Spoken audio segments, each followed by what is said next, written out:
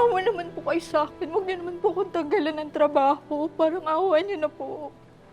Alam mo, Telma, ayoko naman talagang gawin to eh. But I have no choice.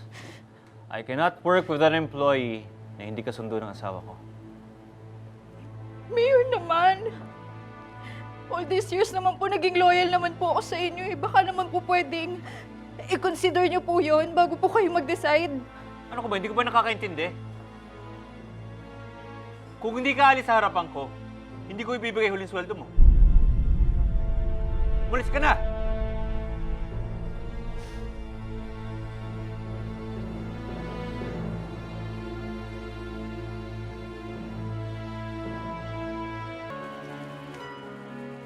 Mayor, nagawa ko na yung pinapagawa niyo, Mayor.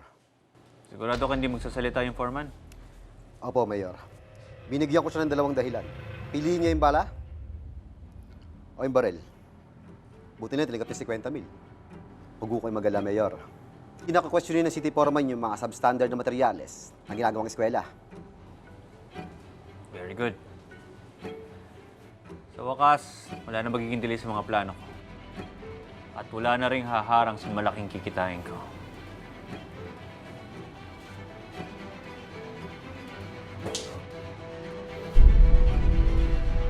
Ano yun? Sabi mo wala na ibang tao dito.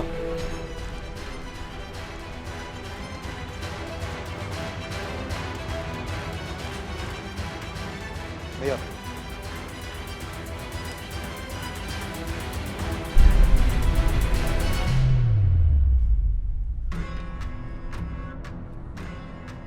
Habulin mo yung babaeng yun at patayin mo.